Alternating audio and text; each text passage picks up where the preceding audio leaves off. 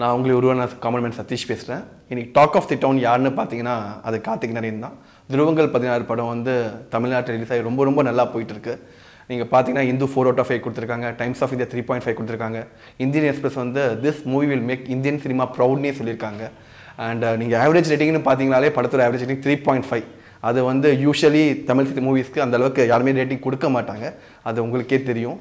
And பார்த்தீங்கன்னா doctor Shankar sir இருக்கட்டும், Sivakarthikeyan sir, Oscar Ravichandran sir, Gautham Menon sir, அந்த நிறைய பேர் வந்து நம்ம கார்த்திக் நரேனுக்கு ஃபோன் பண்ணி விஷ் பண்ணிட்டுருக்காங்க. ஸோ வந்து ஆஸ் எ ப்ரொமோட்டர் எனக்கு கார்த்திக் நரேனை வந்து from short film industry short film அவர் ஃபஸ்ட்டு பண்ணுறதுன்னு தெரியும். ஸோ வந்து இது வந்து ஒரு யூஷுவல் இன்டர்வியூவாக இருக்காது. நானும் கார்த்திக்கும் வந்து நார்மலாக எப்படி பேசுவோமோ அந்த மாதிரி பேச போகிறோம். அது வந்து உங்களுக்கு எப்படி பெனிஃபிட்டாக இருக்கும்னா வந்து ஒரு ஷார்ட் ஃபிலிம் மேக்கருக்கு வந்து இது பார்த்தா ஒரு மோட்டிவேஷன் கிரியேட் பண்ணுற மாதிரியும், ஒரு ஷார்ட் ஃபிலிமுக்கும் கோலிவுட்டுக்கும் என்ன கேப் இருக்கும், அந்த பிரிட்ஜை எப்படி ஃபில் பண்ணுறோன்னு கார்த்திக் நரேன் இதில் சொல்ல போகிறாரு. அண்ட் ஷார்ட் ஃபிலிம்லேருந்து இண்டஸ்ட்ரி வரும்போது என்னென்ன ப்ராப்ளம் ஃபேஸ் பண்ணுறாருன்னு மட்டும் இல்லை, ஒரு லோ பட்ஜெட் மூவியை ரிலீஸ் பண்ணும்போது எவ்வளோ இஷ்யூஸ்லாம் ஃபேஸ் பண்ணுறாங்கன்னு நம்ம இந்த இன்டர்வியூவில் பார்க்க போகிறோம். Welcome Karthik Naren. Hello. Thank you.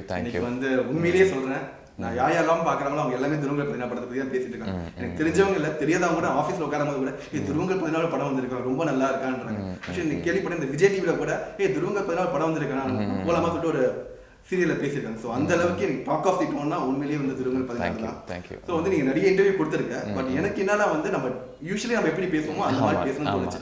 Actually நான் ஒரு கொஸ்டின் கேட்கும் போது நீ என்ன ஆன்சர் சொல்ல கூட எனக்கு தெரியும். அதனால வந்து டிப்ளமேட்டிக்கா கண்டிப்பா அந்த இன்டர்வியூல இருக்கு. இல்ல கிடையாது கண்டிப்பா. ஏன்னா டிப்ளமேட்டிக்கா தான் நான் திருப்பி ஒரு கொஸ்டின் பண்ணுவேன். ஓகே கண்டிப்பா. அப்படி தான் போறோம். சோ வந்து இன்னைக்கு பார்த்தா எல்லா மேகசின்ஸ் அண்ட் மீடியால வந்து ஒரு 21 இயர் ஓல்டு கார்த்திக் நரேன் வந்து இந்த மாதிரி ஒரு டெம்ப்ளேட்டை பிரேக் பண்ணி ஒரு படம் பண்ணியிருக்கான்னு சொல்லியிருக்காங்க. பட் என்ன பொறுத்த வரைக்கும் age doesn't matter for creativity. What you think? இல்லை கண்டிப்பாக அது என்னென்னா இப்போ ஒரு படம் முடிச்சதுக்கப்புறம் இப்போ அந்த ஏஜ் ஃபேக்டர் வந்து எல்லாரும் நிச்சயமாக செலிப்ரேட் பண்ணுறாங்க. அது இப்போ வந்து எனக்கு ஹாப்பியாக இருக்குது பர்சனலாக. பட் படம் பண்ணுறதுக்கு முன்னாடி வந்து அது ஒரு பெரிய ஹிண்ட்ரன்ஸாக தான் இருந்துச்சு. என்னென்னா ரைட் ஃப்ரம் ப்ரொடியூசர்ஸ் ஆகட்டும், இல்லைனா யாராச்சும் அப்ரோச் பண்ணுறப்போ அது ஸ்டார்டிங் அந்த ஒரு ஏஜ்னோடனே வந்து எனக்கு கொஞ்சம் ஹர்ட் ஆச்சு. என்னென்னா மேபி அவங்க இது கூட தான் கம்பேர் பண்ணுறாங்களோ, ஒரு எக்ஸ்பீரியன்ஸ் அந்த சினிமாவோட நாலேஜ் வந்து இதை வச்சு தான் கம்பேர் பண்ணுறாங்களோ அப்படிங்கிற மாதிரி ஒரு ஹர்ட் வந்து நிச்சயமாக ஆச்சு. பட் இப்போ வந்து சந்தோஷமாக இருக்குது. சென்ஸியா அது தேட்டரில் எல்லாமே ரிலீஸ் ஆகி ஒரு நல்ல ரிசப்ஷன் கிடச்சிருக்கு அப்படிங்கிறதுனால வந்து இப்போ ஹாப்பியா தான் இருக்கு. ஏஜ் டசன்ட் மேட்டர் சொன்னா இப்போ பாத்தீங்கன்னா இந்த வருஷம் சல்லின்னு ஒரு படம் வந்து பெரிய ஹிட் ஆச்சு. அந்த டைரக்டரோட கிளின்ட் ஈஸ்ட்வுட் சோ அதனால ஏஜ் டசன்ட் மேட்டர். கண்டிப்பா சினிமா பொறுத்த வரைக்கும் வந்து நம்ம ரசனைகள் தான் எப்பவுமே முக்கியம். But as a debutant hero ஒரு 28 year old guy நீங்க நிறைய ப்ராப்ளம் ஃபேஸ் பண்ணிருப்பீங்க. I can understand. So next question is actually ஒரு 1.5 years before நான் உங்க ஸ்கிரிப்ட் கேட்டேன். சொல்லும்போதே bro இந்த ஹீரோ வந்து இப்படி பண்ணுவாங்க, இந்த ஹீரோ வந்து இப்படி பண்ணுவாங்க, ஒரு ஹீரோ பத்தி சொன்னேன். அந்த ஹீரோ யாருன்னு நீங்க ரிவீல் பண்ணலாமா? இல்லை அது ஹீரோன்னு சொல்ல முடியாது. நம்ம வந்து சரி இவர் பண்ணால் வந்து நல்லா இருக்கும் அப்படின்னு. ஏன்னா எந்த ஒரு கதைக்குமே வந்து ஹீரோ ஹீரோயின் வந்து முக்கியம் கிடையாது. ஒரு ப்ரோட்டகனிஸ்ட் இருக்கணும், ஒரு ஆன்டகனிஸ்ட் இருக்கணும். இல்லை அது நிச்சயமா என்னன்னா எழுதுறப்போ வந்து பட் யாருமே மைண்ட்ல கிடையாது. ஒரு ரைட்டர் வந்து அது ரொம்ப தப்பு, அது பண்ணக்கூடாது. ஸ்கிரிப்டுக்கு பண்ற ஜஸ்டிஸ் கிடையாது. கதை எழுதிட்டு அதுக்கு யார் சூட் ஆகிறாங்களோ அவங்கள வச்சு தான் போகணும். ஸோ அந்த டைம்ல வந்து இந்த ஏஜ் குரூப்ல செட் ஆகிற மாதிரி ரொம்ப சிலர் தான் வந்து இருந்தாங்க. என்னன்னா ஒரு போலீஸ் கதாபாத்திரம் அண்ட் அதுவும் வந்து பயங்கர ஆக்டிங் ஓரியன்டான ஒரு பர்ஃபார்மன்ஸ் அப்படிங்கிறப்ப வந்து எல்லாமே நம்ம ராமான் சார் அவங்க எல்லாமே வந்து இருந்தாங்க. பட் அரவிந்த் சாமி சார் தான் ஃபர்ஸ்ட் ஐ திங்க் நான் உங்ககிட்ட சொல்லியிருப்பேன்னு நினைக்கிறேன். பட் ஐ திங்க் படம் பார்த்ததுக்கு அப்புறம் no regretting at all. No regretting at all. Raman sir வந்து no regretting at all. Okay fine. So actually ஒரு டெபியூட் ஹீரோவா கண்டிப்பா ஒரு பெரிய ஹீரோக்கு உங்களை கதை சொல்ல அலோ கூட பண்ணிருக்க மாட்டாங்க. பட் அதுதான் ஃபேக்ட். சோ சப்போஸ் இந்த கதையை வந்து விஜய் சாரோ, சூர்யா சாரோ, இல்ல அஜித் சாரோ ஃபிட் ஆவான்னு நினைச்சா யார் இந்த படத்துக்கு ஆக்சுவல் ஃபிட் ஆகும்? இல்லை இது வந்து பார்த்தீங்கன்னா ஒரு பெரிய ஹீரோக்கான கதையை வந்து கிடையாது. இப்போ வந்து ஒரு கதைக்கு வந்து இப்போ சில விஷயங்கள் சரி நம்ம பெரிய ஹீரோ சொன்னால் தான் வந்து கேட்பாங்க அப்படிங்கிற மாதிரி இருந்துச்சுன்னா வந்து அது பெரிய ஹீரோஸ்க்கான ஒரு சப்ஜெக்ட் தான். பட் இது வந்து பார்த்தீங்கன்னா முடிஞ்ச வரைக்கும் அந்த ஒரு ஸ்டார்டம் இல்லாத ஆசன் வந்து ஒரு யூஸ்வலாகவே கேமரா முன்னாடி வராத ஒருத்தர் பண்ணால் தான் வந்து இது நல்லாயிருக்கும். அண்ட் ரமான் சார் வந்து ப்ரீவியஸ்லி நிறைய படங்கள் பண்ணிட்டு இருந்தார். பட் ஆஃப் லேட் அவர் மலையாளத்தில் தான் வந்து நிறைய கான்சென்ட்ரேட் பண்ணிருக்காரு. தமிழில் ரொம்ப சூஸியாக தான் பண்ணிருக்காரு இல்லையா? ஸோ அது வந்து ஒரு பெரிய ஹெல்பிங் ஃபேக்டராக வந்து இருந்துச்சு படத்தில். கண்டிப்பாக நல்ல escape. Next question. Okay. Who is your favorite actor? Thalapathy or Suriya? இல்ல அதாவது இது இந்த மூணு வந்து இது எப்படின்னா சூஸ் தி பெஸ்ட் ஆன்சர் அப்படின்னு வந்து அந்த மாதிரி ஆயிடுச்சு தமிழ் சினிமாவில். என்னன்னா இப்போ விஜய் சார் பிடிச்சா வந்து அஜித் சார் பிடிக்கூடாது, அண்ட் அஜித் சார் பிடிச்சா விஜய் சார் பிடிக்கூடாது அப்படின்ட்டு ஒன்று இருக்கு. பட் அது வந்து நிச்சயமா கிடையாது. ஆஸ் அ டேரக்டர் வந்து எனக்கு மூணு பேருமே வந்து ரொம்ப பிடிக்கும். ஏன்னா மூணு பேருக்குமே ஒரு டிஸ்டிங் செட் ஆஃப் குவாலிட்டிஸ் வந்து இருக்கு. அது நிச்சயமா வந்து மூணு பேருமே நல்ல நடிகர்கள். ஜெனரல் ஆடியன்ஸ் நம்மளுக்கு வந்து எந்த ஹீரோ முக்கியம் இல்லை, ஒரு ஹீரோ நல்ல படத்தை நடிச்சா அது ஆக்சுவலி கண்டிப்பா ஆமா. That's good thing.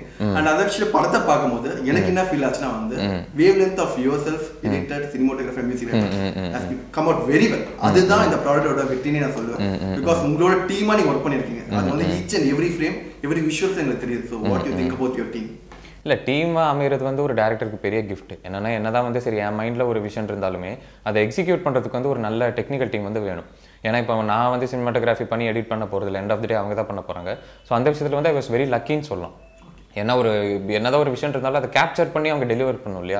ஸோ அந்த விஷயத்தில் எனக்கு ஒரு நல்ல டீம் வந்து அமைஞ்சது நிச்சயம். அண்ட் படத்தோட ஆக்சுவலி நீங்கள் எங்கிட்ட கதை சொல்லும் போது அது வெரி இம்ப்ரெஸ்ட். ஆக்சுவலி நான் 2 hours உனக்கே தெரியும் தண்ணி கூட குடிக்கல, கதையை தான் கேட்டிருந்தேன். அது முடிஞ்சோன்னே I was quite sure this will make Tamil cinema proud. But எனக்கு இந்தியன் சினிமா ப்ரௌனே ஆக்சுவலி ஆர்டிகல்ஸ்லாம் வந்துட்டு இருக்கு. பட் என்னன்னா வந்து எக்ஸிக்யூஷன் எப்படி பண்ணுவோன்னு எனக்கு ஒரு டவுட் இருந்துச்சு.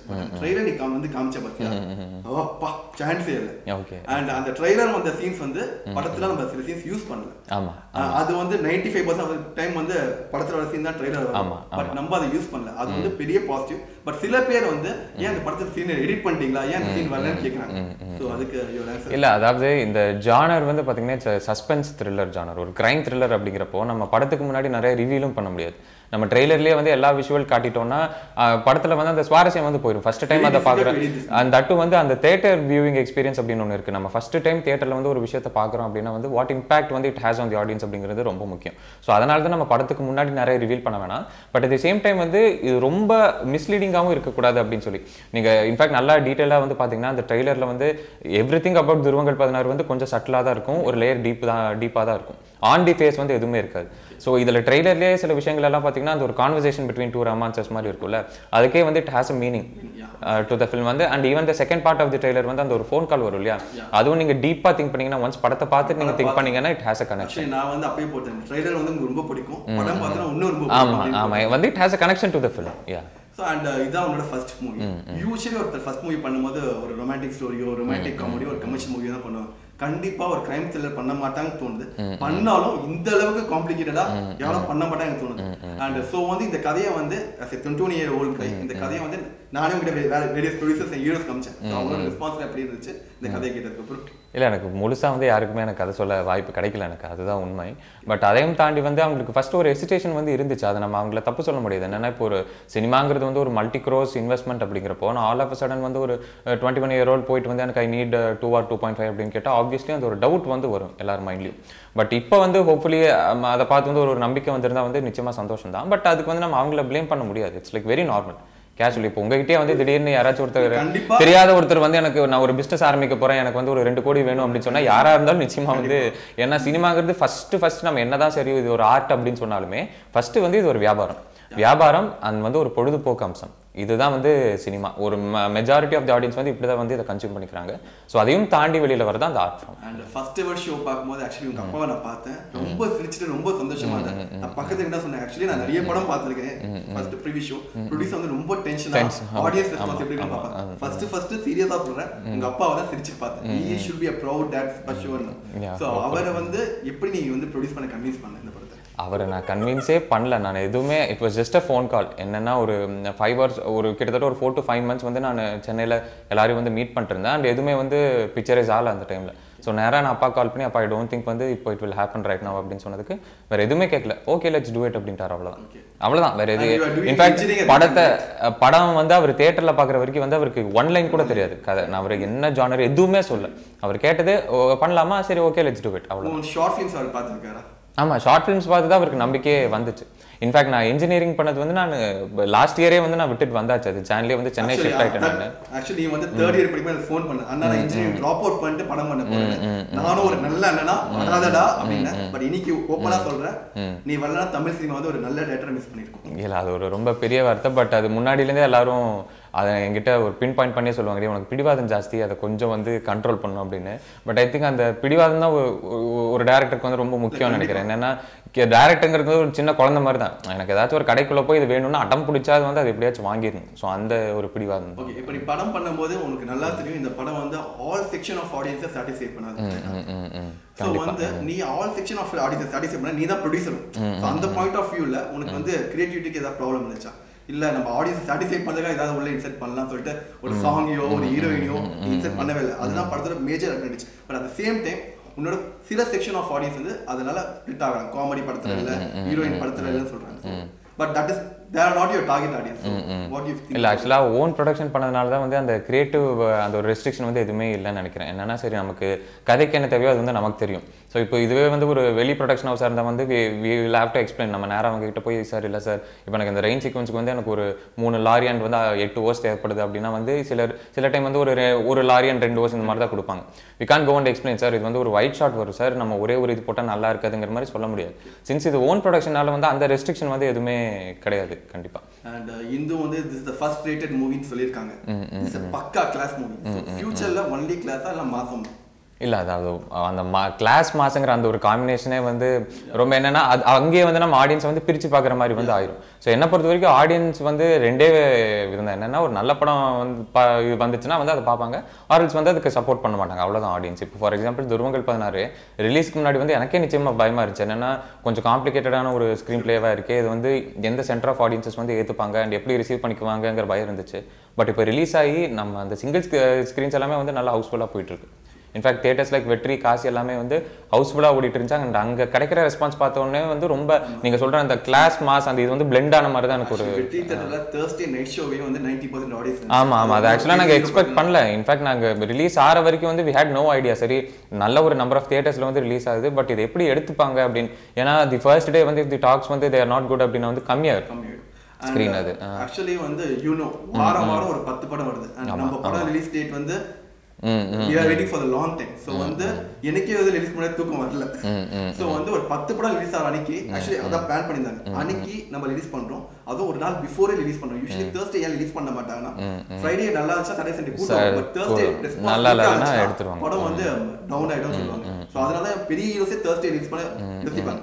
ஒரு சின்ன படத்தை Thursday ரிலீஸ் பண்ணி இல்லை அந்த தேர்ஸ்டே ரிலீஸுங்கிற மேட்டர் வந்து டக்கு நாங்கள் ட்ரீம் ஃபேக்ட்ரி அண்ட் வீனஸ் இவங்க நாங்கள்லாம் உட்காந்து டிசைட் பண்ண ஒரு விஷயம் தான். என்னன்னா ஃபஸ்ட்டு வந்து இது ஒரு ஜான் ரிலீஸ் மாதிரி தான் வந்து பிளான் பண்ணியிருந்தோம். வீனஸ் என்டர்டைன்மெண்ட் தான் வந்து இப்போது ப்ராஜெக்ட் வந்து ஃபண்ட் பண்ணி ரிலீஸ் பண்ணியிருக்காங்க.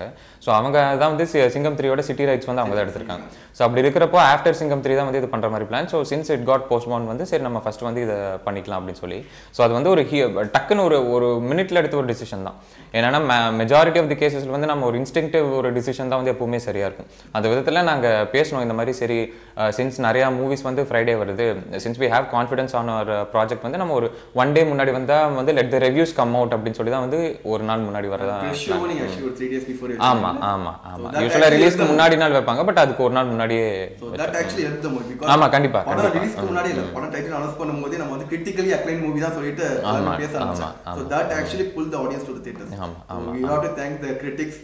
அவங்களுக்கு ஒரு எப்பவுமே பெரிய ஒரு தேங்க்ஸ் சொல்லி தான் ஆகணும் அவங்க நிச்சயமா. என்னன்னா இப்போ அவங்க ஆடியன்ஸ் வந்து அந்த டே 1 வந்து உள்ள கொண்டு வந்ததே வந்து அவங்கனால தான், அது ரிவ்யூஸ்னால. இன்ஃபேக்ட் நான் நல்லா ஞாபகம் இருக்கு, நான் ஃபர்ஸ்ட் டே வந்து நான் எங்கள் ஏஜிஎஸ் நாவலூர் அங்கெல்லாம் வந்து போனோம் நைட் டைம். அப்போ வந்து நிறைய பேர் கிட்ட வந்து நான் ரிவ்யூஸை பார்த்து தான் வந்தேன் அப்படின்னே வந்து நிறைய பேர் சொன்னாங்க. ஸோ அந்த விஷயத்தில் இந்த ஆன்லைன் இந்த சோஷியல் மீடியா அண்ட் தென் ப்ரெஸ்ஸோட ரோல் என்னன்னு எனக்கு உண்மையாக அப்போ தான் தெரிஞ்சுது. அண்ட் படத்தை பார்க்கும்போது ஒரு காமன் ஆடியன்ஸ் கண்டிப்பாக தெரியும், you should be a fan of Gautham Menon sir and Mysskin sir. So is it true? இல்லை அது உண்மைதான். Gautham Menon sir, Mysskin sir and Mani sir ஆமாம் ஆக்சுவலாக அவர் தான் மெயின் இன்ஸ்பிரேஷன். ஸோ பட் தமிழில் வந்து இவங்க 3 பேரோட படங்கள் வந்து ரொம்ப விரும்பி பார்ப்பேன். ஆக்சுவலி நீ 2 ஷார்ட் ஃபிலிம் பண்ணிட்டு state of taking movie, so assistant chance கிடைச்சிருந்தா அவங்க 3 பேர் ஒர்க் பண்ணியிருப்பியா? கண்டிப்பாக. நான் இன்ஃபேக்ட் நான் மணி சார் ஆஃபீஸ்க்கெல்லாம் நிறைய வாட்டி போயிருக்கேன். நான் அவர் ஆஃபீஸுக்கு போயிருக்கேன், கௌதம் மேனன் சார்க்கெல்லாம் நிறைய வாட்டி ட்ரை பண்ணியிருக்கேன். But now I am happy. Now you know there lots of short film makers we know. So அவங்கெல்லாம் வந்து உன்னை பார்த்து முடியும், பிகாஸ் ஒரு நல்ல முயற்சி மட்டும் இல்லை, பெரிய வெற்றியும் கொடுத்தாங்க. ஸோ அவங்க வந்து ஷார்ட் ஃபிலிம்லேருந்து ஹாலிவுட்டுக்கு வரும்போது என்னென்னலாம் பண்ணணும், so what's the difference between short film making short film and feature film? இல்லை பர்சனலாக என்னென்னா ஷார்ட் ஃபிலிம் ஃபீச்சர் ஃபிலிம்க்கு வந்து டிஃப்ரென்ஸே கிடையாது. எனக்கு தெரிஞ்ச அந்த ரன்னிங் டைம் மட்டும்தான் மாறும். இப்போ ஷார்ட் ஃபிலிம் ஒரு 20 minutes அப்படின்னா ஃபீச்சர் ஃபிலிம் வந்து ஒரு 2 hours, அவ்வளோதான். அந்த ஒரு ரன்னிங் டைம் தான் மாறுமே தவிர மற்றபடி இந்த ஒரு இல்யூஷன் வந்து இருக்குது. என்னென்னா ஷார்ட் ஃபிலிம் பண்ணிட்டு வந்து டேரெக்டாக ஃபீச்சர் வந்து யாராலும் பண்ண முடியாது, அது வந்து சக்ஸஸ்ஃபுல்லாக வந்து டிரான்ஸ்லேட் ஆகாது அப்படிங்கிற மாதிரி. But the way in which we approach short films அப்படிங்கிறது வந்து ரொம்ப முக்கியம். என்னென்னா இப்போ ஷார்ட் ஃபிலிம்னாலே வந்து பசங்களெல்லாம் சேர்ந்துட்டு சும்மா ஜாலியாக வந்து அது ஒரு டைம் கில்லிங் மிஷினாக வந்து நிறைய பேர் பார்க்குறாங்க. பட் அப்படி இல்லாமல் ஒவ்வொரு ஷார்ட் ஃபிலிமே வந்து சரி இது நம்ம முதல் முழுநீள படம், இது இப்போ நம்ம ஃபஸ்ட்டு ஃபீச்சர்னால் இதை நம்ம எப்படி ட்ரீட் பண்ணுவோம், ஆப்வியஸ்லி வந்து அது நம்ம ஒரு கிரிப்பு கிடைக்கிறதுக்கு வந்து கொஞ்சம் டைம் ஆகும். பட் வந்து ஒவ்வொரு ஒவ்வொரு விஷயத்தையா கற்றுக்கிட்டு அதை நம்ம நெக்ஸ்ட் ப்ராஜெக்ட்டில் எப்படி இம்ப்ளிமெண்ட் பண்ணுறோம் அப்படிங்கிறது தான் ரொம்ப முக்கியம். ஸோ நான் வந்து எல்லாத்தையும் அப்படி தான் பார்த்தேன். என்னன்னா இது ஒரு ஷார்ட் ஃபிலிம் அப்படின்னு பார்க்காம இதுலேருந்து நம்ம கற்றுக்கிட்ட விஷயத்தை அடுத்தது வந்து நம்ம இம்ப்ளிமெண்ட் பண்ணோம் அப்படின்னு சொல்லி. ஸோ அப்படி பண்ண படம் தான் துருவங்கள் 16. மற்றபடி செட்டில் வந்து எனக்கு தெரிஞ்சு ஆப்வியஸ்லி இதில் வந்து ஒரு 10 பேர் இருக்காங்கன்னா இதில் வந்து ஒரு 100 பேர் இருப்பாங்க. பட் அதை நம்ம அப்ரோச் பண்ண விதத்தில் அப்ரோச் பண்ணோம்னா கரெக்டாக இருக்கும். அப்படி இல்லை நம்ம ஒரு இதுதான் பண்ணியிருக்கோம். ஸோ அட்வைஸ் பண்ணுற அளவுக்குலாம் நம்ம கண்டிப்பா இந்த வேர்ஸ் வந்து இனிமேட் வர யங்ஸ்டர்ஸ் வந்து இன்ஸ்பிரேஷன் கண்டிப்பா இருக்கும். ஸோ ஆக்சுவலி ஸோ அசிஸ்டன்ட் டைரக்டரா அந்த படம் பண்றவங்களும் ஷார்ட் ஃபிலிம் மேக்கரா அந்த படம் பண்றவங்களுக்கும் இந்த டிஃபரன்ஸ் ஃபீல் பண்ணுவாங்கன்னு நினைக்கிறேன். இல்லை நானும் வந்து ஜில்ஜங் ஜெக்கில் ஒரு 2 schedules ஒர்க் பண்ணேன். நான் அதில் வந்து முழு படம் என்னால் ஒர்க் பண்ண முடியல. பட் ஒரு 2 schedules வந்து ஒர்க் பண்ணேன். எனக்கு தெரிஞ்சு நான் ஆல்ரெடி சொன்ன மாதிரி இப்போ அசிஸ்டன்ஸாக இருந்தாலும் ஆரல்ஸ் வந்து இப்போ ஒரு ஷார்ட் ஃபிலிம் எடுத்துகிட்டு வந்தாலுமே நம்ம நாலேஜ் அண்ட் வந்து நம்ம அப்ரோச் பண்ணுற விதத்தில் தான் எல்லாமே இருக்குது. ஸோ ஃபார் எக்ஸாம்பிள் வந்து இப்போ யாராச்சும் ஒரு பெரிய டேரக்டர் கிட்ட நம்ம அசிஸ்டண்ட்டாக ஒர்க் பண்ணிட்டு and then டக்கு நம்ம ஃபீச்சர் பண்ணுறப்போ அவங்க கிட்ட இருந்து ஒரு நல்ல படம் வருமானா வந்து நிறைய டைம் வந்து அது நடக்கிறது இல்லை. ஸோ அதுவே வந்து பார்த்தீங்கன்னா இப்போ கார்த்திக் சுப்பராஜ் சார் மாதிரி நல்ல அவர் மாதிரி வந்து ஒரு ஷார்ட் ஃபிலிம் பண்ணிட்டு வந்தவங்களும் பார்த்தீங்கன்னா ஒரு நல்ல படத்தை தான் வந்து கொடுத்துருக்காங்க.